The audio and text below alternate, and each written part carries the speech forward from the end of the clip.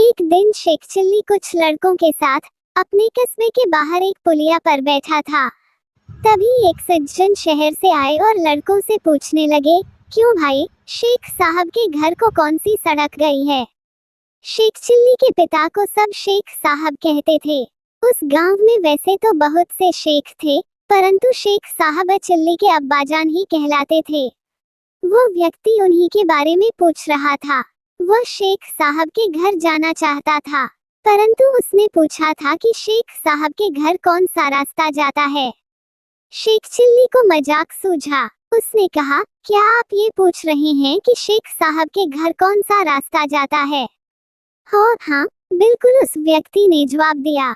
इससे पहले कि कोई लड़का बोले, शेख चिल्ली बोल पड़ा, इन तीनों में से कोई भी रास्ता नहीं जाता। तो कौन सा रास्ता जाता है? कोई नहीं। क्या कहते हो बेटे, शेख साहब का यही गांव है ना? वो इसी गांव में रहते हैं ना? हाँ, रहते तो इसी गांव में हैं। मैं यही तो पूछ रहा हूँ कि कौन सा रास्ता उनके घर तक जाएगा। साहब, घर तक तो आप जाएंगे। शेख चिल्ली ने उत्तर दिया, ये सड़क और रास्ते यहीं रहते हैं और यहीं पड़े रहेंगे। ये कहीं नहीं जाते। ये बेचारे तो चल ही नहीं सकते। इसलिए मैंने कहा था कि ये रास्ते, ये सड़कें कहीं नहीं जाती, यहीं पर रहती हैं। मैं शेख साहब का बेटा चिल्ली हूँ। मैं वह रास्ता बताता हूँ जिस पर चलकर आप घर तक पहुँच जाएंगे।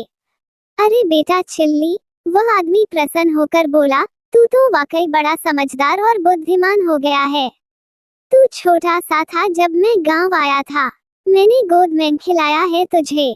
चल बेटा, घर चल मेरे साथ।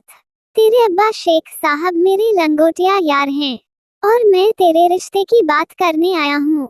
मेरी बेटी तेरे लायक है। दोनों की जोड़ी अच्छी रहेगी। अब तो मैं तुम दोनों की सगाई करके ही जाऊंगा। शेख चिल्ली उस सज्जन के साथ हो लिया और अपने घर ले गया। आगे चलकर वह सज्जन शेख चिल्ली के ससुर बन गए।